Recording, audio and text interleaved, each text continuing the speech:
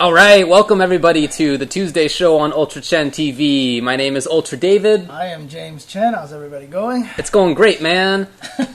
So interesting show tonight. Definitely some topics that have been flying around, not just in the fighting game, world of competitive video games, but in the more esports territory.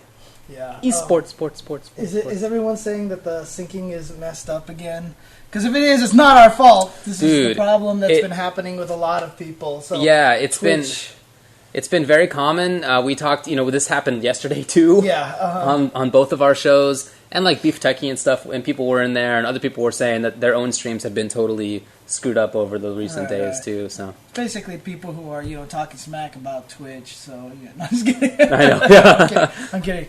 But yeah. So apologies about that. But there's a lot of things going on, obviously, in the esports world. In particular, if you guys actually saw, we got our first article up on our UltraChen blog, right? UltraChenTV.com. Check it out. Yeah, and I wrote about a little bit about IPL and the fact that, now it's official. IPL 6 has been canceled. So this has been canceled, and I don't know. Let's just talk about that first. I mean, how do you feel about that? Well, if people aren't familiar in some way, IPL is a major one of the esports leagues. It's the IGN Pro League, so it was run by IGN, and IGN was bought by Ziff Davis. Mm-hmm. And Ziff Davis didn't think that it was in their best interest to keep around IPL, I guess. So they were actively seeking a seller. Mm-hmm.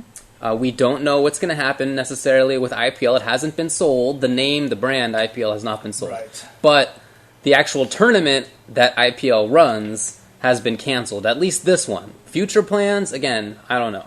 I don't know if anybody knows really, but this tournament that was to happen at the end of this month, at the end of March, has been canceled.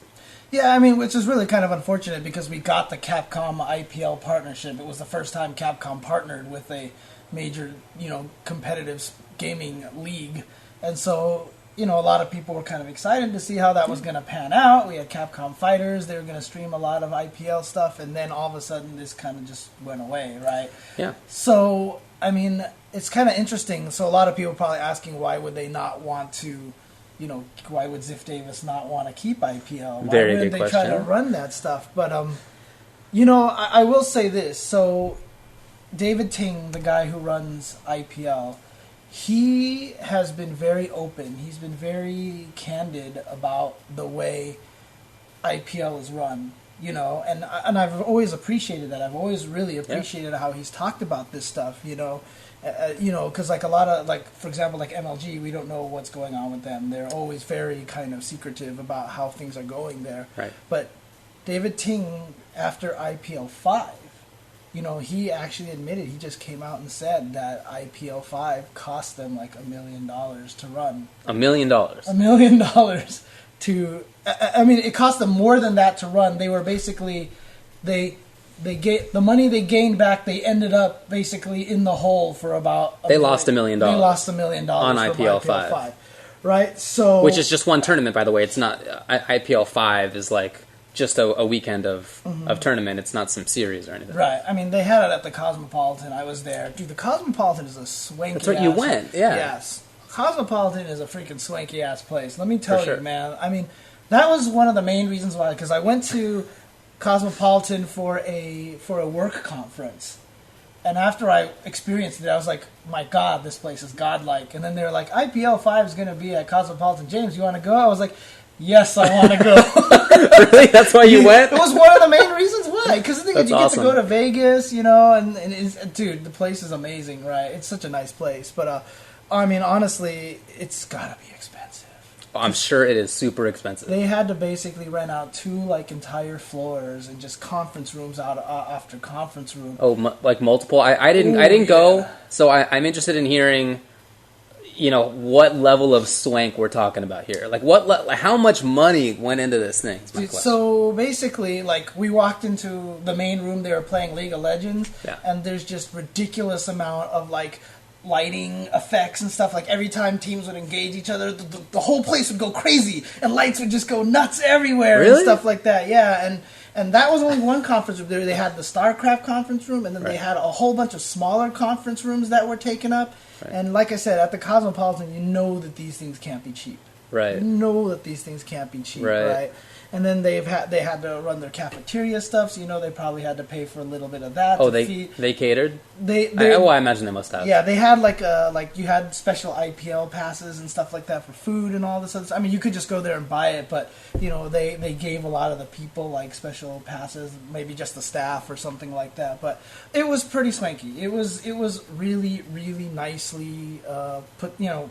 Like I said, it was interesting because we're so used to fighting game tournaments, which are all in one room, so everything that happens is kind of there. The interesting thing about IPL, it was spread in multiple rooms, so it really kind of felt like while you were playing Shoot Mania, for example, you weren't watching any LOL or you weren't watching anything. Whereas at EVO, for example, if you're in the back playing a game or in the BYOC and something goes crazy on the big screen, you're like, what? You know, and you can just see it. It wasn't like that at IPL, so that was probably one of my only main complaints about the way it was arranged. But it was nice. I guess now that it's defunct, I can talk and stuff. They invited me to go, but I couldn't go. I was busy that weekend. Yes. I had some important stuff to take care of that definitely out-prioritized that. But now, man, I kind of wish that I had gone. I mean, I couldn't have gone. Right. But, there's nothing you could have done. Right. With that. But still, I would have been cool to get wined and dined. You know what I mean? Yeah. It was nice there. I mean, obviously, I took the opportunity, to go to some of the other restaurants there just on my own and stuff like that. Dude, you gotta. Yeah, dude, that place is super nice. But anyway, the point is that this thing cost a crap ton. Yeah, exactly. It was super expensive. It lost a ton of money. And this is a problem, right? If you tell people, I mean, the nice thing about it, David was candid about it. David Ting was candid about it. Obviously, while they were still under IGN, this is not a problem because he said, we're taking these losses and we're building a brand and we're going to get this bigger and bigger as time goes. Right. But then they got sold to Ziff Davis. And now Ziff Davis is sitting here staring at this tournament that cost $1 million. Right. And another one coming right around the corner. Right. So what's the motivation for them to keep IPL at this point? I feel like the main reason / only reason that IPL was a thing was that there are people in IGN and at IPL who convinced people at IGN that it was an important thing to do. That it was that I don't want to say necessarily ideologically important, although I do think that for some people there is this like philosophy of games and like ideology of competitive games that does factor into it. But in addition to that, they just really strongly believe in this model. Mm-hmm. In this model of whatever games are popular, put a big show on, spend a lot of money, make it look fancy, make it look enticing, pay out players to the tune of whatever thousands of dollars, tens of thousands of dollars. That kind of thing will be successful. Right. And so if you then sell your ownership away from these people who, IGN, Video Game Origins, much more likely to have that kind of ethos there. That's just not going to be the case. At something like Ziff Davis, they're just not going to go along with that. Nor, frankly, will most companies that buy. And Ziff Davis is mostly a publishing company, right? Yeah. So you're not going to get those same people there to keep your thing going. Mm-hmm. And so Ziff Davis, very quickly after they bought IGN, said no bones about it that they were actively looking to shop IPL. Yeah. And there were some rumors about who would buy it. I even heard like Red Bull was interested, but that turned out, I guess, to be false. Must have been false, yeah. Or at least if it's not false, it's not going to happen fast enough for this IPL to happen. So as a result, IPL 6 has been canceled. Yeah, and we mentioned it a bit at the start of it, but the reason that this is a big thing for the fighting game community is that they were really the only one of the esports leagues that was trying to do fighting games in, I think, what was the right way. Yeah, I mean, a lot of that had to do with Mike Ross. He was there trying to get a lot of stuff done. Right. And also there was a behind-the-scenes guy, Frank, shout-outs to Frank. He was really good about that. The two of them did a lot of stuff for that. And you saw that, Mike Ross was doing the between rounds, and Mike Ross's neighborhood. Yeah, little news segments every day, and then he had little shows most days. And the cool thing about the shows too is he kept the fighting game flavor. Yeah, you know what I mean. It wasn't like cleaned up. He and Combo Fiend or he and Champ were total dicks to each other, and it was great.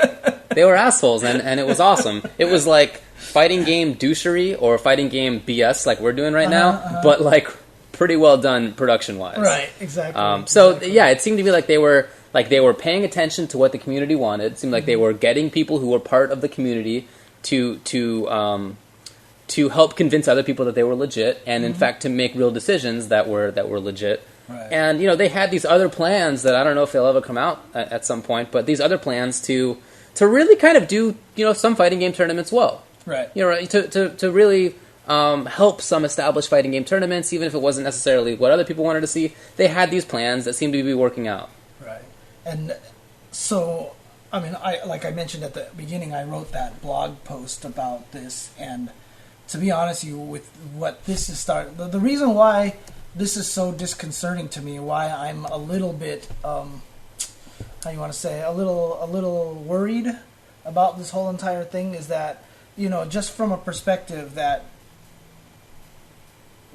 going big really fast just doesn't seem to work. You know what I mean? A lot of people, they push themselves beyond their means to try to establish something right away. And in my article, I mentioned, you look at, freaking poker's a centuries-old game, right? People have been competing in that game forever. And right now, the WSOP is still kind of a niche market. NBA took, at least, 30, 40 years, and, it required a crazy Larry Bird, Magic Johnson rivalry to really spark that sport up to, popularity. How long had baseball been around, right? So it's just everything's going to take time. And I feel like one of the issues that a lot of people have in the FGC right now is that because of this newfound popularity from Street Fighter 4 and all this stuff, I feel like a lot of people are pushing a little too hard. And I'm afraid of this kind of overextending their means and crumbling kind of situation. Yeah, that's something I've been thinking about all day. For sure. But actually, I think this is a really interesting discussion, and I'd like to take a break before we get into it, because I know it's going to run a little long. Okay, yeah, no problem. So we'll be right back.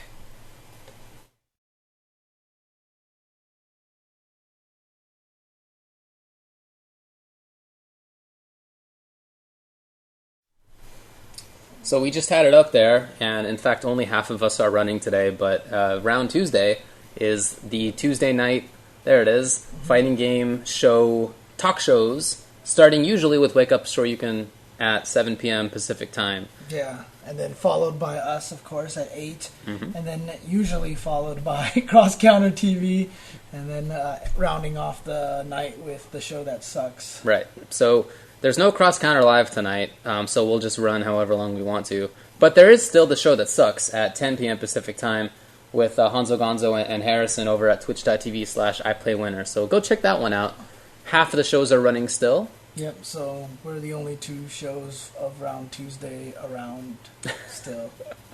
Yeah, okay. Anyway, let's continue on with the IPL discussion. So you just brought up this interesting thing about the development of sports on the one hand and of video game stuff, like in fighting games, and also in things like IPL, MLG, all the many esports leagues that have come before that. There have been a dozen. There have been so many. Dude, I listed a bunch of them. It was WCG. Yeah, you did. Yeah. CPL. Yeah. CGS. There was a whole bunch of them there. PGL, CPL. I don't even know what PGL is. It was the Professional Gamers League, really? Gaming League, or something like that. Yeah. And they all shut down after a while, and I just feel like it's dangerous, and that's kind of why I feel like the fighting game community kind of has this weird strongest chance to make it big out of all of them. To make it big? Yeah, interestingly enough, because not just to survive, but to make it to get to the point where it's really big, because the fighting game community has this really strong grassroots kind of feel to it, right? And it really is. Like, you look at someone like Larry Scott Dixon, who's running final round. He's on his 16th final round this year, right? 16th final round. It's pretty crazy. Yeah, and when you think about the first one, compared to where he's at now, like last year, it was huge. It was sponsor booths everywhere and all sorts of crazy things, right? It was an awesome tournament. I'm sure it's going to be just as awesome this year. And so 16 years of building that, we have this base, and we also have all these people who are good at figuring out how to do things within their means, you know? Yeah. We have Evo, and I mentioned this to Tom Cannon on Twitter. The reason why I love what they do with Evo is because Tom and Tony and Wizard are always trying to push the boundaries of what the tournaments are, but they never overextend themselves. I've had conversations with them before where it's just like, we should do this, we should do this. And, you know, the joke is like everything that you come up with takes 2 years to implement, you know, because you don't have the means right away. You look too big. You think too big, and if you jump that too far too fast, then the whole thing blows up in your face and it falls apart. So rather than doing that, you make sure it works, you plan it out, and then everything finally works at the end. And that's, I mean, the fact that Evo is... Someone, I think it was like in the year 2009 or 2010, you know, someone visited Evo for the first time. He's like, this is the best, like, grassroots run tournament I've ever seen. And, you know, it's true. Evo still has that grassroots feel, even though it's so big, you know what I mean? Definitely much more so than things like IPL and MLG. Yeah. I think that we have to distinguish a little bit between things. Evo is what the fighting game community does. Same with Final Round and all the other tournaments that we run. They are fighting game community things, whatever that means. Specifically for fighting games. It's built on us, by us, rather. Things like IPL and MLG are not like that. It's not the case that you have an MLG community. You don't have an IPL community. They have games there, and they hope that the communities of those games come. Right. That's what I think is the major difference. And has been tried in all of these leagues that you mentioned. WCG, CGS, PGL, CPL, IPL. That's so many. Yeah. And for some reason, they keep trying this strategy of not really being a part of any community, not really being part of anything. They're separate entities that are hoping to capitalize on communities and on games, also to help them grow. I mean, it's not the case that they're entirely out there for profit. I mentioned that there's this like ideology of that, you know, competitive games should be popular, that they really do buy into, and that they really I think try to put into place. They really do try to grow stuff, but they're trying to grow it externally, and they're external, so that's what they do. That does not seem to be something that works. Yeah, it just doesn't. It doesn't seem like people develop any kind of connection with an MLG. Well, whatever, MLG's still alive with an IPL. Right. And instead, they're there because they like LOL or they like, you know, fighters. People who were going to go to IPL for fighters, they were going to go there for the fighting game community. And as members of the fighting game community, IPL was just kind of like an incidental thing. This is the league that's going to pay us money and stuff. So let's go to that. But other than that, there's no reason to go. There's not. They don't make it. It's not about. They don't give you any other reason to go. It's not about hanging out with your buddies. It's not about hanging out with your community. Dude, it's about watching games. Yeah, everyone who goes to Evo. It's not about playing games even. A lot of the players who say they go to Evo, they're always like, hey, I do it mostly just to hang around with all the people. Right. I love seeing all the guys again. You know what I mean? And you know, and someone here on the stream mentioned Halo. You know, MLG was very Halo based. That's where they started, and they had the Halo community. It was about playing Halo, and even since then, they've kind of dropped Halo. They dropped Halo, in favor. But I'm sure it'll be back with the new versions of Halo coming. I guess I haven't even been paying attention, but I know that they did drop Halo for a while. Yeah, and you know, it's a shame. You know what I mean? Like, basically, that would almost like having Evo just say, you know what, we need to make it big, so we're running League of Legends and StarCraft and no more fighting games. Right, yeah. You know? It's also, I mean, to go back to the sports analogy, the NBA or the NHL or anything like that, they all come from and are built by people who are basketball players and basketball fans, or hockey players and hockey fans, And they have worked for decades, as you mentioned, decades, from when basketball was invented around 1900 until when the NBA became really popular was like 80 years or 90 years. So people put in all this work.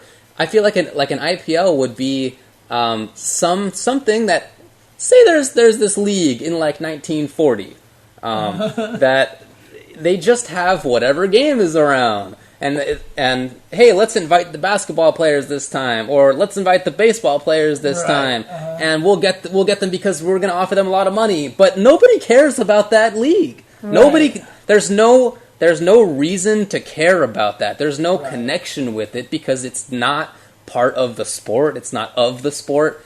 Instead, it's just hoping that it can survive based on the fact that it's going to entice people to come with money, and that just wouldn't have worked. Right. Well, let me. It doesn't work. Let me ask clearly. you one question. Olympics. Yeah. Why does that work? It works because of the history behind it, I would say. Okay. There's a lot of history behind the Olympics. There's still a pretty strong ethos of competition and trying to prove yourself and nationalism. Country pride, Nationalism is a huge part of it. I mean, you can see sometimes the Olympics screws up when it considers getting rid of wrestling, for example, which is the Olympic sport from 2,000 years or 3,000 years ago. Like that was like one of the founding ones, and it's considering getting rid of it, and everybody was up in arms because this is part. Did they reverse the decision? I think they just haven't made the decision yet. I'm wrong about that, but that's what I thought. Okay. But this. For the Olympics to give up its history and its connection with the communities of sports and the fans, the players, and whatever, that is clearly a bad decision. It clearly resulted in all of this negative reaction. But yet, things like IPL and MLG and all the other leagues just keep trying to do this stuff, and it keeps not working. Right, and it's kind of interesting. That's why I always just say, like, the communities need to focus on what they're doing. So that's why FGC just needs to be FGC, and, MLG right now seems to be doing well. I mean, it's interesting because the interesting thing about MLG right now, and let's face it, most of the esports leagues, they're all profiting off of League of Legends right now. Yeah. And, League is an interesting example. League of Legends has basically redefined everything, mostly because of the involvement from Riot. Riot is basically, once the game started getting popular, they sat down and said, you know what, this game will be designed for esports. We're going to do everything to it. In fact, we're going to run our own esports. So the interesting question is, like, people talk about EVO, and they always say when a game gets announced as part of the lineup, it breathes so much life into the game. It does. And, a lot, they even, like, I've had people argue with me, and I even argued back against this, and I might be wrong on this one. Back then, I probably am wrong on this, that I was like, nah, that doesn't happen. Like, EVO doesn't keep scenes alive. If a game's not at EVO, they don't die, and they kind of do. Yeah, I mean, it's definitely harder. Yeah, it's a lot harder, right? So, I mean, the game in point at that time was Alpha 3. Oh, okay. That's what I was arguing with APOC about that, actually. So, and the interesting thing about it is, the reason why it's so different with League is because if all the leagues disappeared, if MLG disappeared, League of Legends would be like, It would not matter. Right? So Riot has created something so unique and so different than every other competitive gaming situation we've seen. And it's fascinating to me. So it is different in some respects in the financial backing that Riot gives it, but I think it's very smart of Riot to do that because I think that it feeds into what I've been talking about. If you have a game that has a very close connect, whose tournaments and payouts and all that stuff are very closely connected to the community of players and the community of viewers and fans, as League is, and it's LCS. That's very closely connected to everybody, then things seem to go better. Right. And I think it's kind of what happens in fighting games, except for in fighting games minus the money. But the way that the tournaments are connected to the players and to the viewers and the fans and all that stuff is not that dissimilar. So I think that's part of the reason why the two of them have had such success. Yeah, I mean, and Riot is in different ways. Riot is one of the first companies to recognize how powerful it is to have this, because let's face it, a lot of the sports that are out there, you know, the A sports, the athletic sports, right?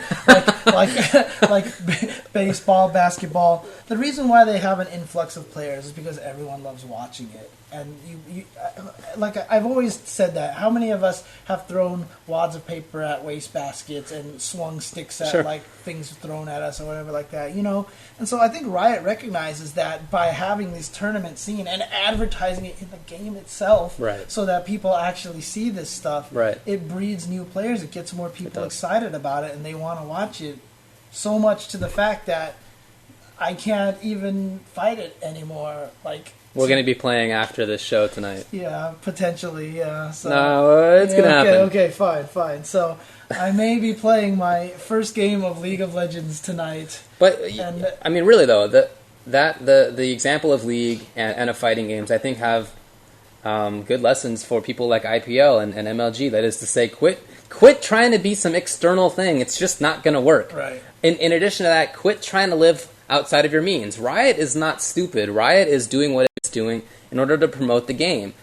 Despite the fact that it costs money for them to be running these tournaments, they expect, and I'm sure do, make more money because of the advertising, and people buy, you know, whatever the alternate costumes is, and the influx of players. You know, all those things. Those are very closely connected. I love the fact that, you know, the very first thing I did after I installed the Mac beta client on there, right? I was like, oh, this game's free to play. And I start looking through all the champions, like, hey, this champion looks really cool. I want to play him. Oh, but he's locked right now. Right. Oh, it looks like I have to buy some Riot points, which is going to cost me $10 to unlock this character. Dude, these games aren't free to play. But you feel like it is, right? And that's the power of it. So eventually you are going to spend money on the game. Eventually, you are going to spend money on the game, and having a free-to-play game so that everybody who says I could resist, I'm not going to spend money on it, getting in there, and then eventually spending $5, $10 is better than no one ever touching your game at all. Oh yeah, of course. Right? So Riot lives within its means in that sense. Fighting game community events, as you said, live within their means too, and in part because of that, they survive. IPL just didn't do it. We said at IPL 5 they lost $1 million. That's gigantic for a weekend. That's just remarkable. MLG, you know, I don't know how they do, but you know, their funding is public because they're public. You know, I think they got $11 million more of capital at the end of this year, at the end of last year, something like that. Okay. Like, they got a lot more. It's venture capitalists, basically, right? They have companies that are saying, all right, we'll give you money to invest in this because we expect a return eventually, right? Yes, exactly right. So they've been getting and I guess burning through. I believe it was something like $50 million since they were developed, or since they were started. Okay. And at some point, as a company, you're going to have to stop relying so much on just venture capital and really making the profit on your own, making return.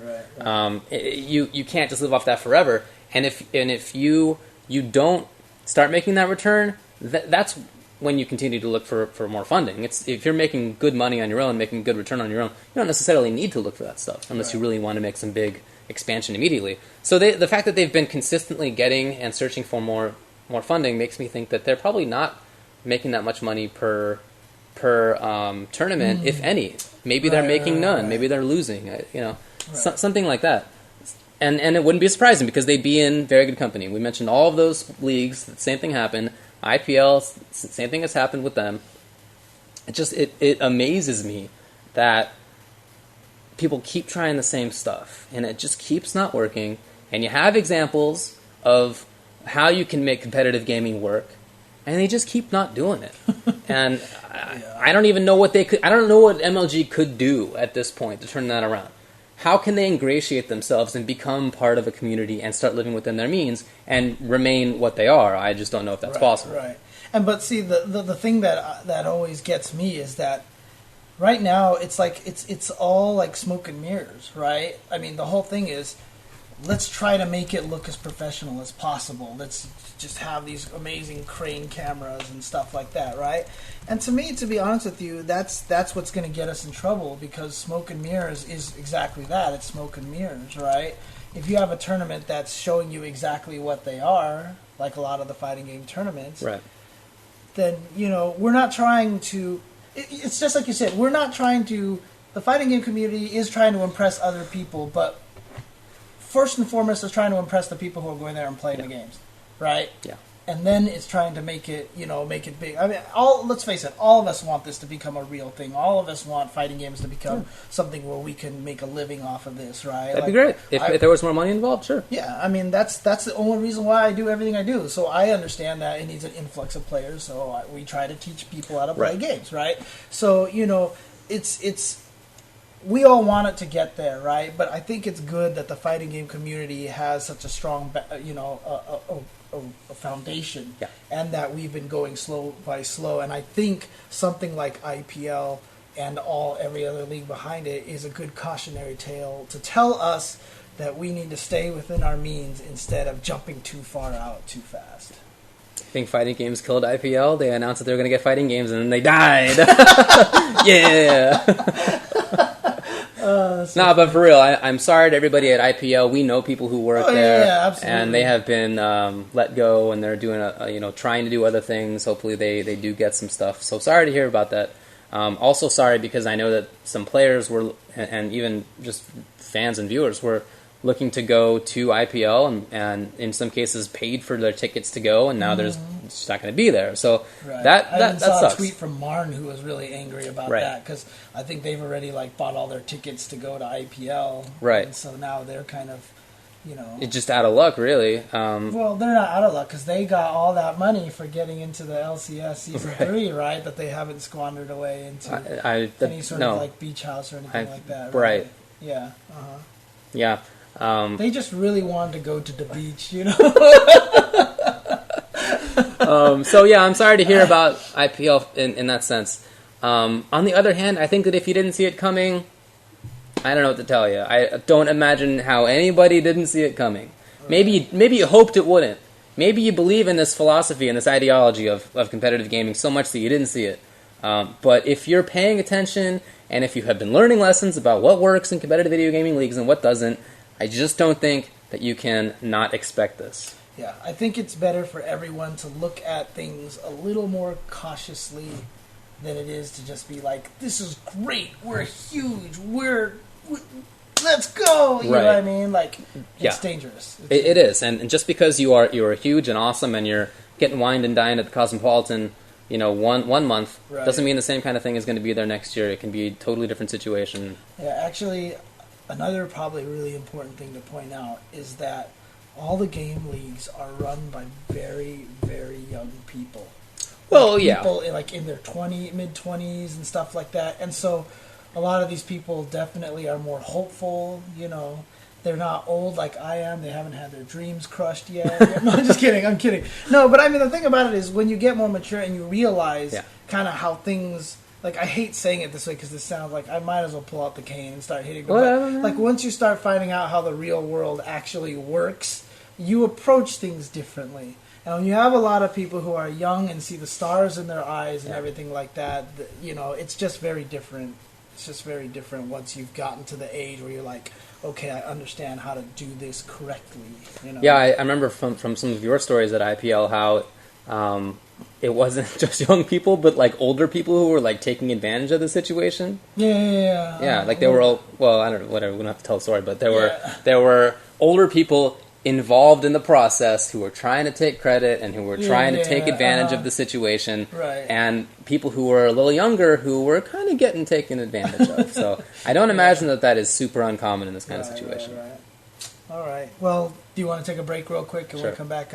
We can keep talking about this or even move on to something else if you want. So. We'll figure it out. See you in a bit. So we'll be right back.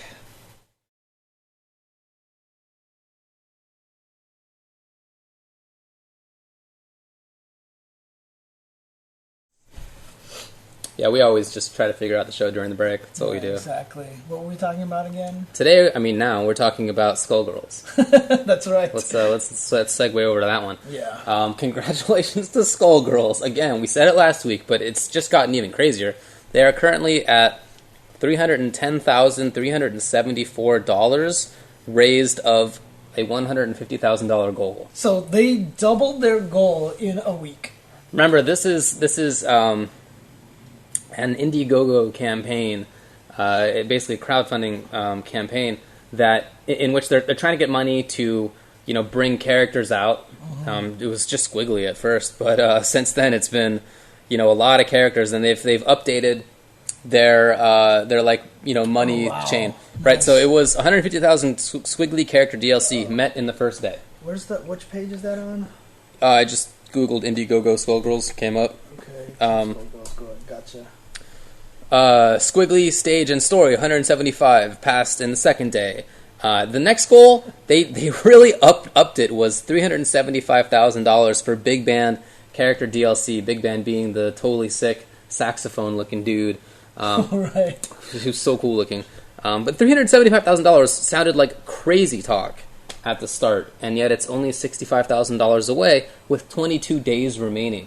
Okay, it's just the amount of support is just ridiculous. Yes. And they just released, they showed a new character in like the list of So here you see potential new characters. You see the right here. I've got the. You got it? Oh, nice. On there. So let me see if I can. So Hubrecht, if I'm pronouncing that right, looks pretty badass. Yeah, that's what I'm talking about. He's a command grab character. He's gotta be, right? I mean, Yeah, there's no I way heard he's he was. not. Oh, okay. Nice. He looks amazing.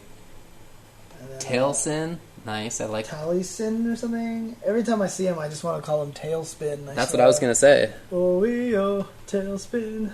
And Fang and Andy, the Anvil, Brain Drain.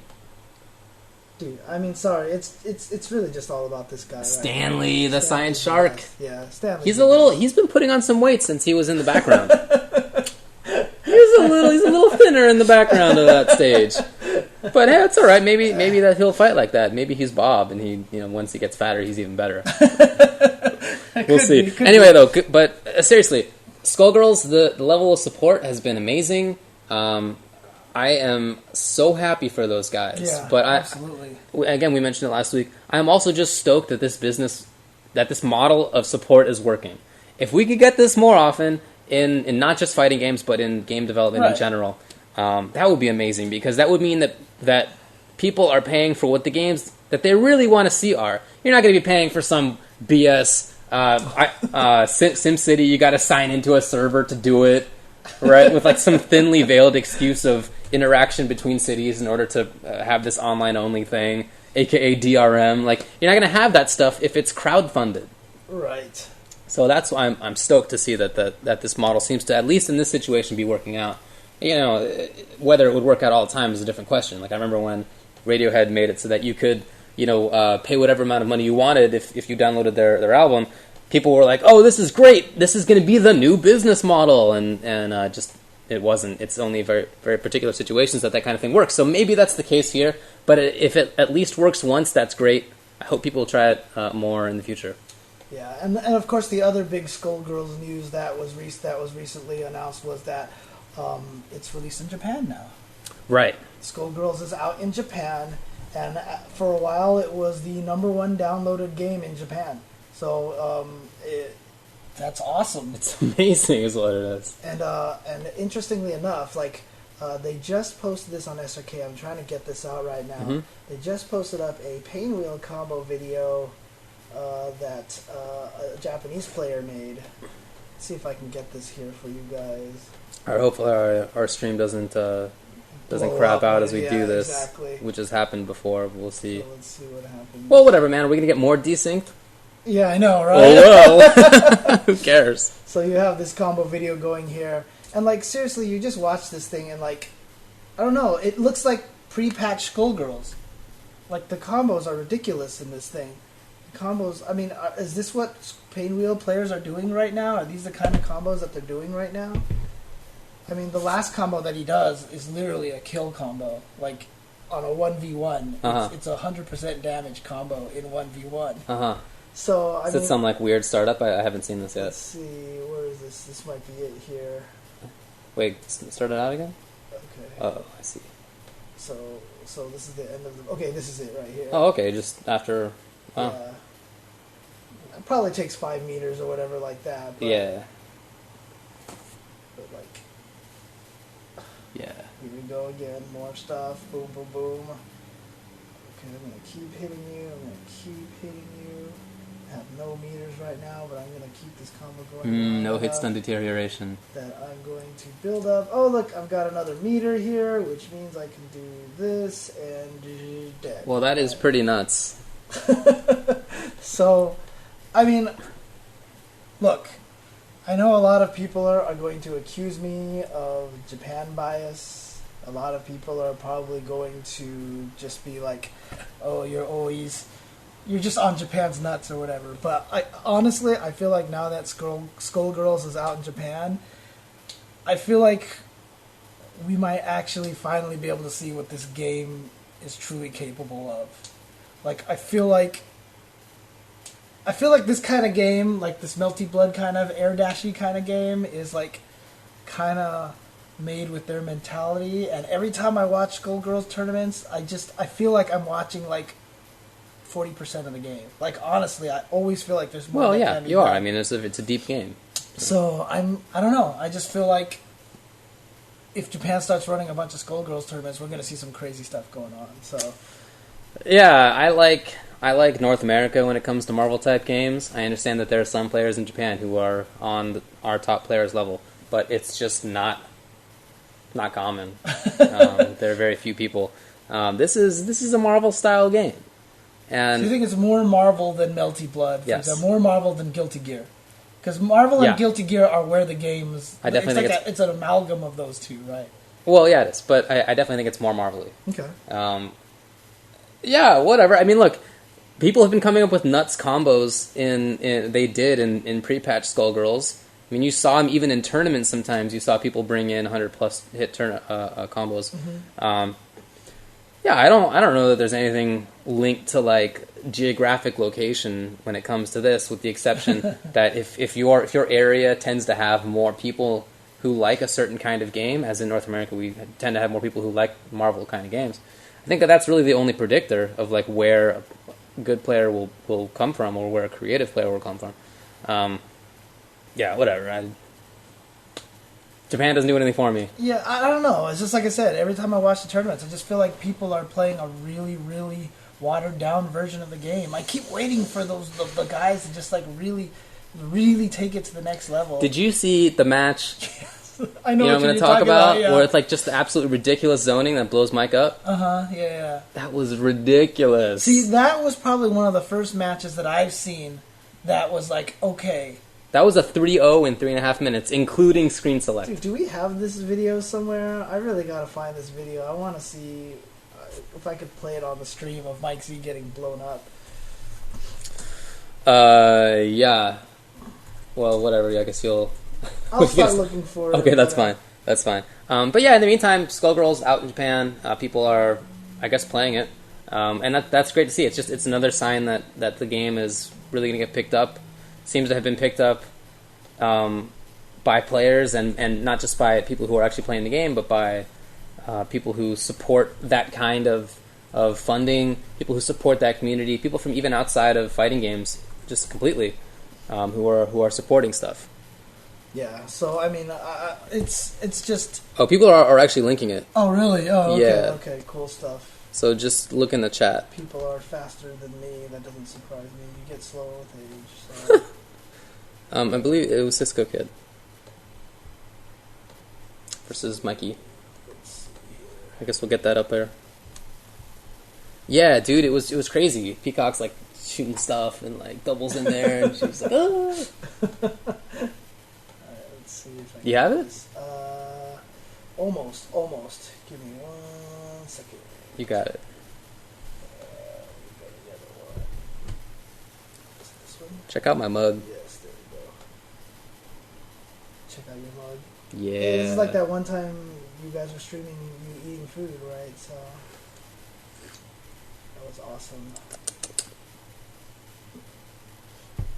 Alright, close enough. I'm not going to go crazy with like how this all looks and stuff like that. Okay. So, alright, here we go. So, did it start on this stage? Yeah, it's good. Okay. So here we go. Let's just see. So basically, yeah, he gets a screen away, and then here just comes everything, and this is... Dropping stuff, pressing H, throwing George, doubles out there, like, my god. It looks so tough for Cerebella to get around. Dude, she's dead She got already. blown up in She's less dead than already. 10 Yeah. game seconds. And now he's trying to use his own Peacock to get in there. At one point, he actually, Cisco Kid actually plays some really interesting, tricky mix-ups with her. Oh, screwed it up. Yeah, You can punish he that. tried to do that. Yeah. But again, Peacock obviously not the character with greatest offensive capability, so she's not going to get in there either. And then here's some mix-ups here. Mm-hmm. I mean, she can definitely mix up. It's just not her wheelhouse, but she can do it. Right. Ridiculous. Oh yeah. And that doesn't work, and dead. All right, so people can go watch the rest of that. That's pretty much how that goes. Yeah. That's pretty much how that goes. The games that I'm having the most fun with right now, I would say top 3 are Street Fighter Cross Tekken, Marvel vs. Capcom 3, and Skullgirls. Mm-hmm. And I back when I hated Marvel 3, which was like for a year and a half, I hoped so much that Skullgirls would kill it. Right. Remember that when I was like trying to really push it. Right. But whatever. That's not going to happen. But it's carving out its own spot. Mm-hmm. I'm really happy to see that. So. Yeah. No. I mean, I can't wait to see what's in the future for this game, especially since it didn't make the drive, the Evo donation drive, but the top 8 will be featured on there. So I hope a lot of really strong players. And now that it's out in Japan, dude, wouldn't it be sick if like a couple of Japanese players came over and were just like blowing people up in this game? It'd be cool. I mean, it'd be great if they came over. I was there. If I were you, I would have cut that sentence in half. Would have stopped that sentence about halfway through. I'm just playing the nationalist, all right? Leave me alone. You know what? Jingoism all day. It's always just that thing where, in order to get better, you gotta have someone push you. For sure. And if nobody else out there is... Because that's the thing, is if it's another guy in the U.S. who's getting better than you at Skullgirls, it's like, But then if you have a Japanese player come over on an American-made game and blow up all the American players on that... Like, unacceptable. What if Tokido did come and kill everybody in Mortal Kombat?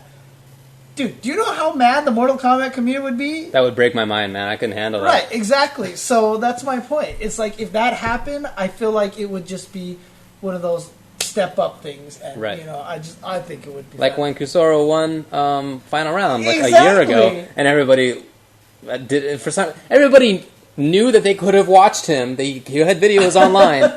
There's even a stream. And people knew Log Trap looks like a good assist. And they needed somebody to come and show them that it's good and wake them up. And the fact that it was a Japanese player that did it woke everybody up, and everybody got better. Everybody stepped up after that. Yeah, because everyone was like, no, this can't happen again. And then Not in Marvel. Takedo won at CEO that one year against Justin as well, dude. Yeah. It was just like, oh my god. So yeah, but anyway, congrats to Skullgirls. I hope it continues to do well. This campaign still has 22 days left. It is not close to being finished. Not even close. So. There's a long time. I wanted to mention this. The supporter things that you can get, like how much it is. It used to be that the maximum was $1,000, but then 24 people did that, and so they added 24 out of 24, right? Well, they actually increased the number. It was 12 out of 12 at first, and then they went to 24. Yeah. There's now a $2,500 value. 5,000 and 7,500. And although the 7,500 and the 5,000 have not had any takers yet, the 2,500 actually has. Yes. So somebody spent $2,500 on this thing. Dude, the 7,500 one includes a trip to Evo. Yeah. And you hang out with the Skullgirls staff. You're going to have the flight and hotel taken care of. And you hang out with the entire Skullgirls staff. Yeah. $7,500. So if you really like anybody's Skullgirls interested, and if you want to go to have a free trip to Evo, so there you go. So, exactly. Yeah. 1 million tier get IPL for free. Nice.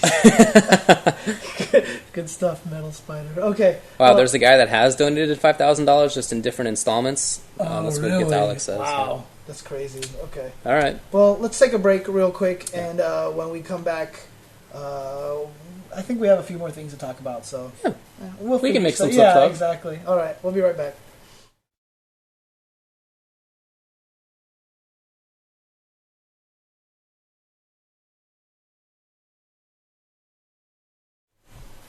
All right, welcome back to the Tuesday show on UltraChenTV. part of Round Tuesday, but of course, two of the shows are not on today, so Wake Up SRK did not come before us, and Cross Counter is not coming after us, but the show that sucks with Hanzo Gonzo and Harrison will still be on at 10 p.m. Pacific Standard Time. Which is in about 48 minutes, Yes. in case you're not sure where Pacific Time is. So, we talked about Skullgirls, we talked about IPL. Let's talk a little bit about some upcoming stuff. Yep. Upcoming events, upcoming tournaments.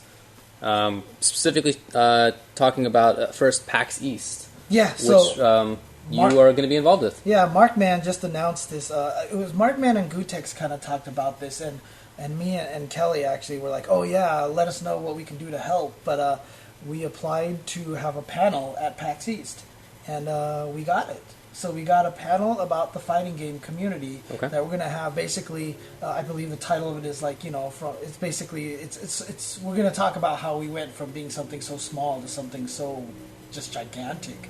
About the growth of the fighting game community. Okay. So that's going to be really cool. Me, Gutex, and Markman are on the panel. We have Kelly listed as part of the panel as well, though she said she mostly just kind of wants to help out there and stuff like that. So. But I mean, I think her viewpoint would be awesome. To be honest with you, to get a lot of the viewpoint of someone coming into the community kind of fresh, who hasn't really been around the fighting game community that long, and also obviously there's the huge issue of just females in the community, in gaming communities in general, but obviously the fighting game community, and just how hard it is to kind of be successful in the community being a female because of just the inherent kind of misogyny that there is in the community. It's not a comfortable place to be in for a lot of women. It's no secret. Exactly. So I mean, that's going to be cool. I mean, that's really exciting. This is my first PAX East that I'm ever going to go to. You ever been there before, to Boston? No, I've never been to Boston before, so this will be my first time in Boston as well. Should be really fun. Should be exciting.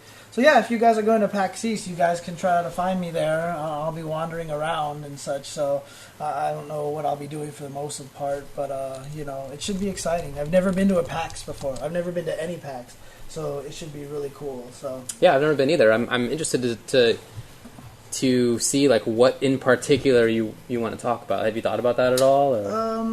I mean, I didn't even know that this was actually going to happen until Markman announced it. Like, oh yeah. I mean, I knew that we wanted to try and that we put in the application, but it had been so long, so I was like, probably not going to happen. And then Markman's like, we got it, and I was like, oh, okay, cool. So yeah, figure it out. Yeah, we'll figure it out. I mean, obviously we're good at that, so yeah. So weekly practice.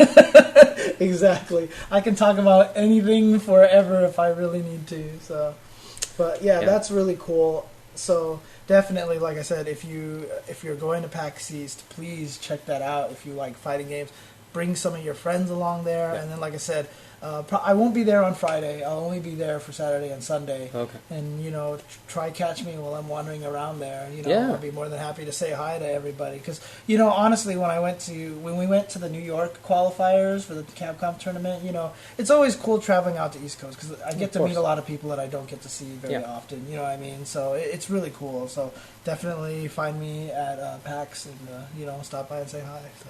Do you know if this will be streamed or recorded? I have no idea. Okay. We'll find out. Yeah, we'll find out. So. And definitely we'll post up the information about it if we do find that out. I'm sure that'll be something that we'll cover in the future, especially once you figure out exactly what you guys are going to say. I'm going to have to talk to Markman and Gutex really soon to figure out what's going on. Yeah, Talking to friends. Horrible. Exactly. Yeah, but seriously, shout-outs to Markman and Gutex for getting this going, for getting this set up. Let me see if I can find the link to it. So go ahead and, if you want, move on to the next thing that we wanted to talk about. Sure. You did miss the Skullgirls chat again. My apologies. Oh, I guess you'll hear that in like 30 seconds because of the desync. The other thing that we wanted to talk about was Texas Showdown. Yes. Which is happening next month, about a month and a week from now, I guess, down there in Houston. You and I will be going to Texas Showdown. Yes. I have never been to Houston at all, let alone to a Texas Showdown. So I never really... we were in Austin for the... I thought it was in Houston. It wasn't in... No, I'm saying we were in Austin for the 25th. Oh, yeah. Yeah, okay. Yeah. But definitely pretty different city. So I've never been there. And And as a result, I'm not as familiar with the history of Texas Showdown as some other people are. You went, I know, to the most recent version of Texas Showdown, but that wasn't the same thing. Yeah, we should almost like not even talk about that, because that was... So Texas Showdown has been running for a very long time. In fact, at one point in time, there were 4 majors in the country, and it was ECC, Midwest Championships, Evo, and Texas Showdown. These were basically the 4 major tournaments. It's pretty good coverage of like where people live. Right, exactly. And because the Evo at the time was in California, right. Point out. And so, it was almost like it was perfect, right? So I called them the Grand Slams because, tennis, forward tournaments, whatever. Yeah, anyways. So Texas Showdown has a very rich history. And in fact, when Texas Showdown was big, that was also when their scene was the strongest as well. Okay. They were dominating games like Guilty Gear and CVS2 and all this. They were amazing at this. And obviously, Third Strike, a lot of the players there, Fubar Duck and Mopreme. In Texas, in Texas, yeah. I mean, the players there were really strong. And, it's really a shame to me that I feel like Texas has kind of fallen off the map a little bit. You know what I mean? So it's really sad. And then last year, I remember...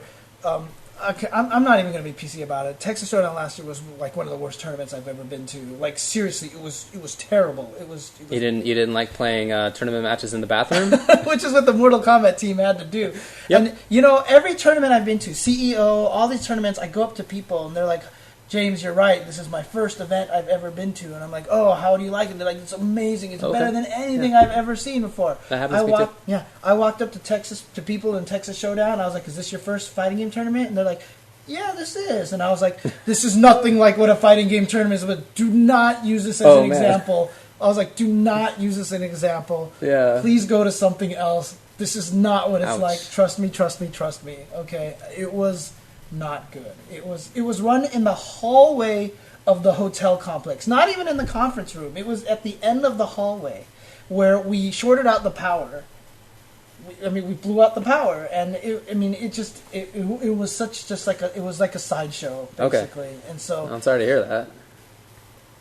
What the cool thing is that the people who ran the original, including Javi, I was telling the story before. He was crucial to SRK being started. He was involved in Shoryuken.com being created in the first place. He is super old school. He's involved this year. Chris, he ran the original Texas Showdowns. And so we're getting all the original people back to run this tournament. And so for all the people who did hear all the negative things about Texas Showdown, trust me, I was there. I can vouch for that, right? I will say, go to Texas Showdown this year because they are doing everything they can to make it an awesome tournament. It's going to be run by, the people who ran the originals, and so I think it's going to be an extremely fun event. I'm super hyped for it, and I want Texas to return to their power, because it was perfect, like you said. It's like the 4 spots in the states, right? So Texas has a lot of strong players even right now, but of course, I want them. They don't have the prominence that a lot of other people do. You know what I mean? Obviously, New York area and Los Angeles and NorCal area is like the most well-known players. But I feel like we need to strengthen that area again. Not in terms of gameplay, but in terms of awareness. I totally agree with you. I'm really stoked to get out there. Happy to just go to Houston and see how it was or how it is. I always like doing that whenever we go to tournaments, so it's... Some passive assassin wrote in there, Evo Point Kaneda. I can't believe he knows about that. That's so awesome, dude. Kaneda thought it was the greatest tournament ever because all he wanted to do is get one Evo Point, and he finally got it at Texas Showdown. Yeah. So, Awesome. So anyway, Texas Showdown is middle of next month, middle of April. March, April. I was about to do Streamception here. Check that out. I was almost about to stream. Oh, you're going to stream us? Yeah, that would have been horrible. Let's go back over here. Oh, right. This is it. Head back to PAX East Info. Yeah, so this is the PAX East Info. So the fighting game community from a niche genre to a worldwide phenomenon. As the growth in competitive gaming and esports rises, one community is primed and ready for the spotlight, the fighting game community. Influenced largely by the success of games like Street Fighter 4 or Marvel vs. Capcom 3, the fighting game community has grown into a cottage industry with members planning and organizing their own events, content producers streaming live and on-demand footage, and prominent members getting hired by major developers based on their accomplishments in the community. Join community leaders about the current state of the FGC and its major events and projects, as well as what the future may hold for the growth of the community. Panelists will be Ryan Gutierrez, Mark Julio, myself, and Kelly. And this will be on Saturday from 5 to 6 p.m. I mean, so that's a prime time, too. So definitely check this out. This should be really exciting. I mean, honestly, if I just went to this panel and sat down and we just sat there and went, questions, that would be the best panel ever. Like, I just want to do that. That's all. I'm sure that'll be a big part of it. Yeah. Tends to be at this kind of thing. Yeah, and I'm sure we'll be giving away lots of little fun stuff there as well, especially with Mark Van involved. You know, he is the oh God, what is the he's like the Santa Claus of the fighting game community. He definitely is the Santa Claus. He is such a nice guy, and he definitely gives stuff away for sure. The amount of all the time. The amount of stuff like for tournaments and like for the arcade release, the super arcade stuff and all that stuff. I mean, seriously, it's ridiculous. It is absolutely ridiculous. He does his best, man, for sure. Yeah. So done. Well, I mean, obviously, also I think a week after PAX is going to be final round. So that always one of the most. I mean, that one. A week after PAX East. A week after PAX East is final round, I'm pretty sure. PAX East is before final round? Yes. Okay. I think so. Am I wrong about that, guys? I have no idea when PAX East is, other than sometime in March. Right. Well, in any case, so final round is coming up. Always one of the most hyped tournaments ever. In fact, it's just like, to me, it's like the real grassroots tournament. Oh yeah, It's of all of the biggest tournaments left, it is the most like homey and old time feeling. Yeah, I would say. it's fun. I mean, we went there last year. I had so much fun there. Yep. So I think it's going to be exciting. They have good stuff going on. They have some good highlight matches that are going to be going on. They have some good Tekken stuff too, which is awesome. That area has been one of the That's right. You know, major Tekken spots for a long time. So okay. So that's it for events. Is there anything else that we wanted to talk about? I guess we earned $2 on Twitch last night. Yes, that's right. $2.86, I think it was. $2.84, I think. Yeah. Just for comparison, almost exactly a year ago, middle of March last year, we got $28.02. So almost exactly 10 times what we got yesterday, with, to be honest, a few less viewers than we had back then. Yes, yeah. Although that's been the case just almost across the board for fighting games, so no major surprise. But man, 10 times, oh my god, that is ridiculous.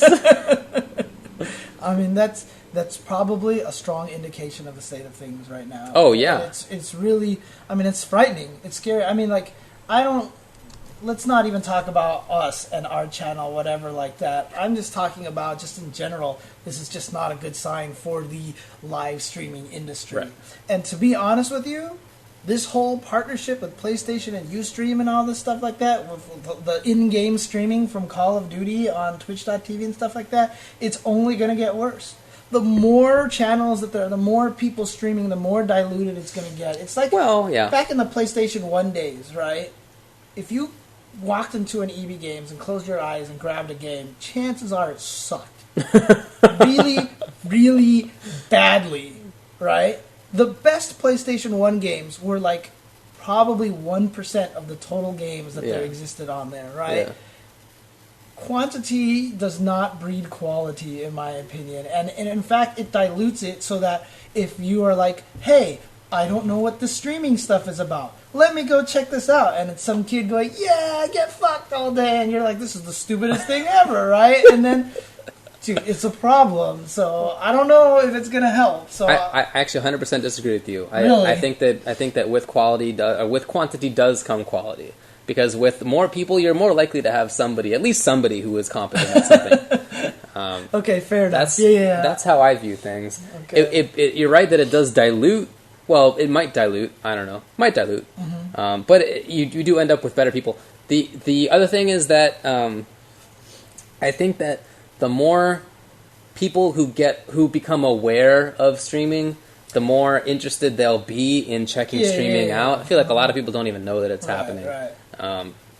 So I'm okay. I'm hopeful for the situation. Dude, but as for now, it's horrible. Dude, if they have it so that everybody streams, and then like after like 6 months they go like ha ha and like cut off like the bottom 90%. Oh my god, that would be the best thing ever right there. So no, but yeah, as for now, again, just kind of makes you think about the Twitch Turbo thing, about the reasons for doing that. Kind of makes you a little worried, for Twitch. Kind of makes you wonder if maybe they're just paying out less. Maybe they don't need to because there's no competition, or alternately maybe the live streaming thing in general is hard right now. I don't know. I wish I knew. Yeah, I hope we can all figure out a way to make it work. Me too. Because like I said, it's a great thing. I mean, TV, frankly, is like kind of old-fashioned now. Right? I agree. Hey, last year I thought for sure that TV would have its death at some point, and that streaming would take over. Not necessarily just like video games and whatever, but the internet as the method of transmission. Right. I still feel like that's going to happen. Right. But as far as this kind of stuff, maybe it's just for hobbies. Maybe it's just for hobbies for now. Okay. So. Well, there's one also interesting thing. Apparently, out of what was it? WGC was run this weekend, right? Yeah. One of the things that shocked me, apparently they asked him, and his name is actually pronounced Mad Koff, not Mad KOF. Really? Someone was calling that on stream, and GYT Glenn Cravens was like, Mad Koff, really? And then someone responded to him and said, we talked to him, and he told us that's how you're supposed to pronounce it. Just like it's supposed to be Cafe Id. It's supposed to be Cafe Id, and he's supposed to be Mad Koff, but I don't know. Dude.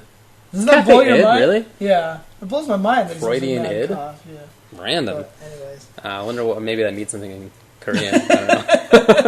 I don't know. Oh. Anyways, yeah. So it's too bad we didn't get to talk about that much because it was a really good tournament in Europe over the weekend. A lot of good players, a lot of really cool action. Actually, I might break some of that down next week. There's no big tournament coming up. Frickin' Punko. Yeah, I hate how Punko plays.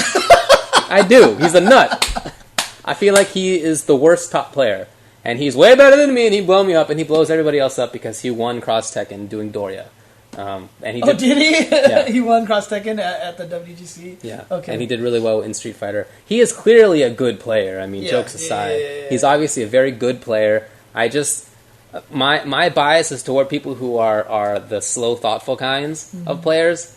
That is not this dude. Dude, you know what? Honestly, why isn't that man playing Marvel? He should be playing Marvel. He should just be Zero Virgil, dude. I mean, seriously. Oh, yeah. He could play like this, man. Who cares? That's what he does anyway. For days, right? Zero mix-ups. I mean, seriously.